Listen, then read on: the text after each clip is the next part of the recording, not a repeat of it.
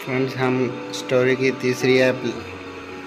तीसरी किस्त लेके हाजिर हुए हैं आपके लिए।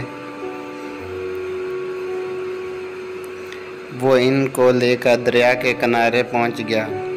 दरिया पर पहुंचकर बहज़ाद ने कहा, इस शहर का रास्ता इस दरिया की तह में है, आप दरिया में छलांग लगा दीजिए। दरिया की तह में पहुंचकर आप वहां खड़े होकर 100 तक गिने गए। 100 तक गिनने के बाद दरिया की तह में एक दरवाज़ा खुलेगा, आप इस दरवाजे में दाखिल हो जाएंगे। बेवकूफ़ बादशाह दरिया में छलांग लगाने को तैयार हो गया, लेकिन चालाक दुकानदार ने कहा, ठहरो, ये झूठ बोल रहा है। अगर ये सच्चा है तो पहले ये खुद छलांग लगा के दरिया की तह में पहुंचकर इस शहर में जाए और वहां से सिमन के फूल लेकर आए, तब हम मानेंगे और छलांग लगाएंगे। वहाँ बात तो आपकी सही है, लेकिन मैं थका हुआ हूँ।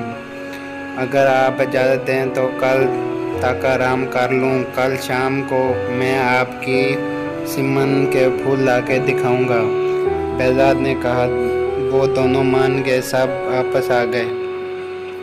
बहज़ाद घर गया।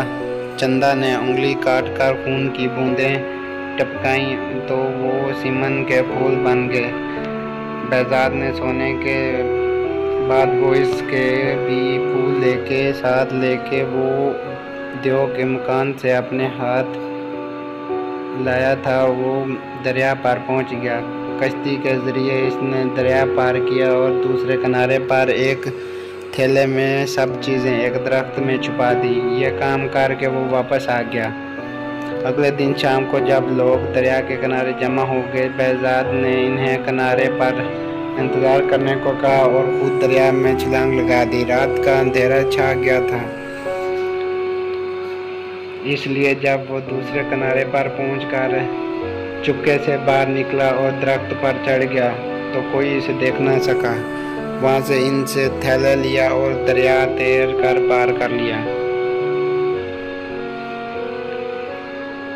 वापस किनारे पहुंचा तो इसने बादशाह को फूल और चालाक दुकानदार को सोने के सिक्के दे दिए। दे के बोला, यह आपके वालिदैन ने आपके लिए तोहफा भेजा है और कहा है कि अगर इसे बहुत सारे सिक्के मेरे पास हैं, अगर वो खुद आए तो मैं इन सबको दे दूंगा।